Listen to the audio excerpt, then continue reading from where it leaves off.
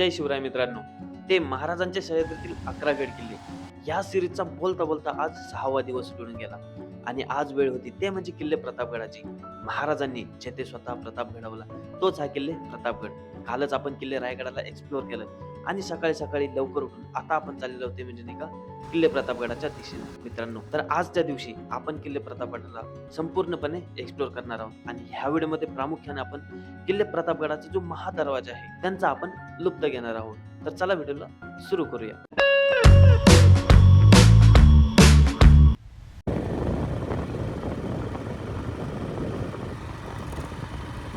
Finally आता आपण येऊन पोहोचले ते म्हणजे नाही का प्रतापगडाच्या पायथ्याशी. समजा पार्किंग वगैरे अजून थोडीशी पुढे आहे, तिकडे आपल्याला जावं लागणार आहे. हा नाही का मस्तपैकी प्रवेशद्वार तुम्ही नाही का एकदा बघू शकता. मस्तपैकी द्वारपाल मावळे आपल्या नाही का साईडनं उभे वगैरे केलेले हा रस्ता आहे. आणि जर का ह्या साईडला गेलं ना तर फक्त आणि फक्त आपल्याला नाही का एक 15 किलोमीटर जावं लागतं. तिथं नाही का महाबळेश्वर वगैरे भेटतं. आणि काय व्ह्यूज काय नजारे होते ना भावा, एकच नंबर, सुपर डायरेक्ट. चला आता भेटू पार्किंगमध्ये. तर मित्रांनो आता आपण इथं आलो होते म्हणजे नाही का हे रायगडाच्या पायथ्याशी. इथनं पायऱ्या वगैरे हा सॉरी प्रतापगडाच्या पायथ्याशी इथनं पायऱ्या वगैरे चालू होणार आहे. आणि हे बघा काल जे आपल्याला रायगडावरती नाही का दोन आपले मित्र भेटले होते ना, प्रतापगड बघितलं यांनी पूर्ण, काल रायगड बघितला आणि आता यांना जायचं आहे. तर त्यामुळे हे निघाले आणि आपल्याला याला उशीर झाला. त्याचं कारण असं की आपण नाही का उमरठ या गावी गेलो होतो नरवीर तानाजी मालुसरे यांच्यावाली समाधी बघण्यासाठी आणि त्यांचा जो तिथं भव्य पुतळा आहे तो बघण्यासाठी, जिथं त्यांचं राहतं घर वगैरे होतं त्या गोष्टी आपण बघितल्या. तर आता यांना जायचं आहे पुढं. तर यांना म्हटलं नाही की एकदा बाय बाय वगैरे. संजय सातारा ना, मस्त आहे मस्त आहे. चालतं ठीक आहे बाय. या मग काय. अच्छा हे जे इथं पायऱ्या चालू होत आहे ना इथपर्यंत समजा बाईक्स वगैरे येतात आणि थोडंसं खाली ना म्हणजे किती 200 मीटर असेल तिथपर्यंत तुम्ही नाही का 4 व्हीलर नाही का तिथं पार्क करू शकता.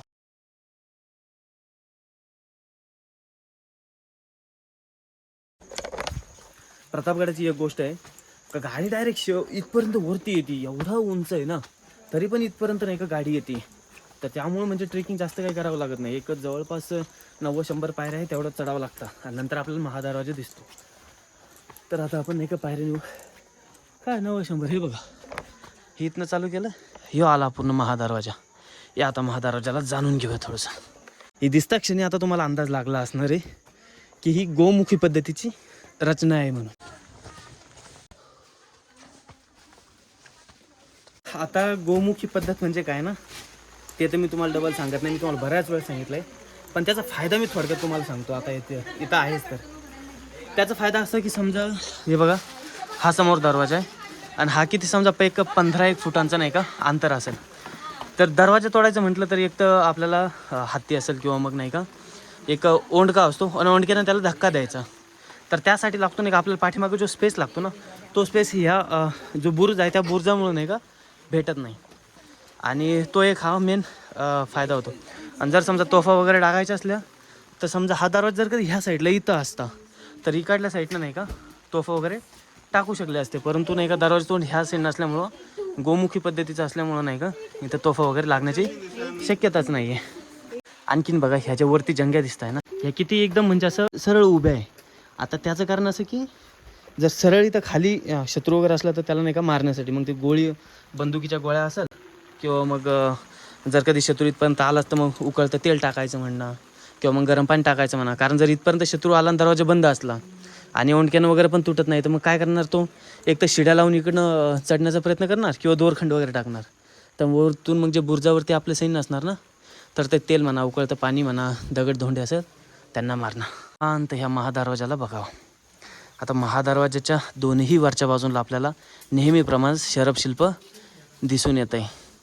आणि हे बघा खाली जी नाही का पाण्याची मॅनेजमेंट किती भारी केलेली तुम्ही बघू शकता. मस्त ह्या दरवाजाचा जो उंबरा आहे ना त्याच्या खालून पाणी येणार आणि हे बाहेर चाललं जाणार असलं हे मस्त पद्धतीचं नाही का बांधकाम आहे.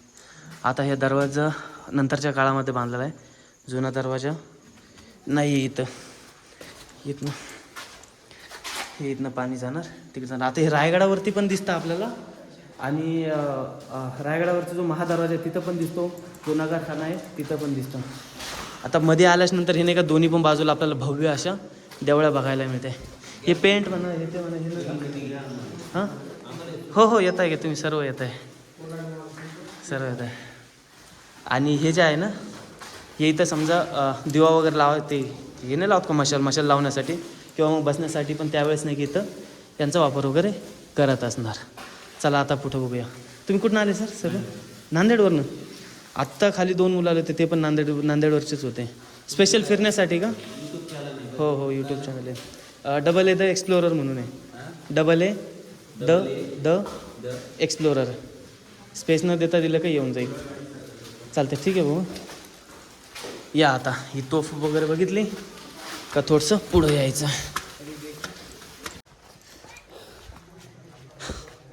आता दरवाजाचा जो समोर रस्ता आहे ना, ते समोर रस्त्यानं न जाता आपण अगोदर आहे ना हे डाव्या साईडला टर्न मारू आणि डाव्या साईडचं जे काय ना त्याला एकदा बघू.